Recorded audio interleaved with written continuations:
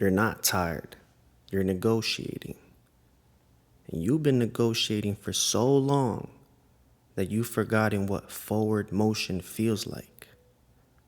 You wake up already behind because your mind starts the day by reopening conversations that should have been closed years ago.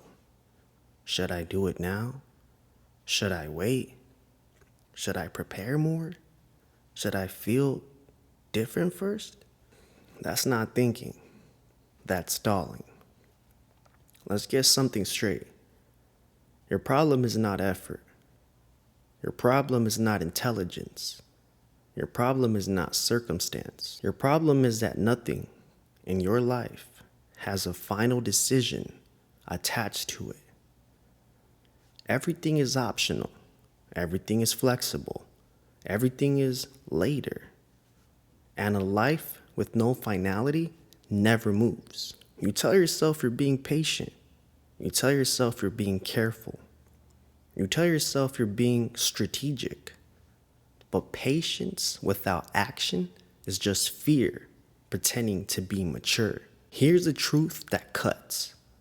If you really wanted things to change, they would have already changed. Not because it's easy, but because at some point, decisive people stop asking themselves how they feel about it. They just move. You think you're exhausted because life is demanding. You're wrong. You're exhausted because you keep dragging yesterday's decisions into today. Every open loop leaks energy. Every unresolved choice steals focus. Every internal debate chips away at your authority over yourself. That's why you feel scattered. That's why you feel foggy. That's why you feel like you're always almost ready. You're carrying too many maybes. Let me say this clearly. Thinking does not make you disciplined. Planning does not make you serious. Understanding does not make you dangerous. Execution does. You don't overthink because you're deep. You overthink because it delays exposure. Exposure to failure. Exposure to judgment. Exposure to the possibility that you might try and still come up short. So instead, you stay in your head. Because in your head, you're undefeated. But here's the cost nobody talks about. Every day you delay, you teach yourself a lesson. You teach yourself that your word is negotiable, that your intentions don't matter. That future will deal with the consequences. You say you want confidence.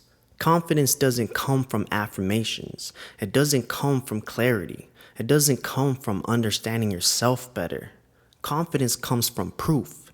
And proof only comes from action taken without permission from fear. Right now, your mind is in charge. It speaks first. It objects first. It hesitates first.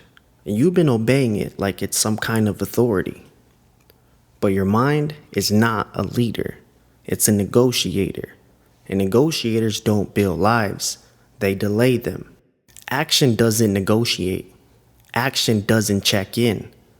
Action doesn't wait for alignment. Action doesn't care how convincing the excuses sound.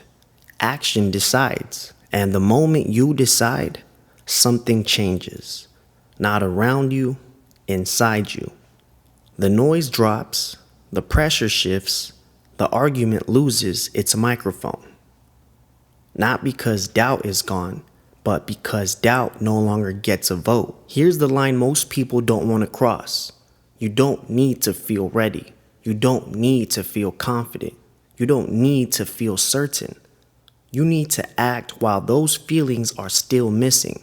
Because waiting to feel different is how people waste years. So stop negotiating. Stop reopening decisions that should have already been closed. Stop treating your future like it's something you'll get around to. Pick the thing you've been avoiding. The call, the task, the decision, the uncomfortable step, and do it before your mind can present its case. Outpace the argument. You don't need to win the conversation in your head. You need to end it. Action ends the argument. That's the rule.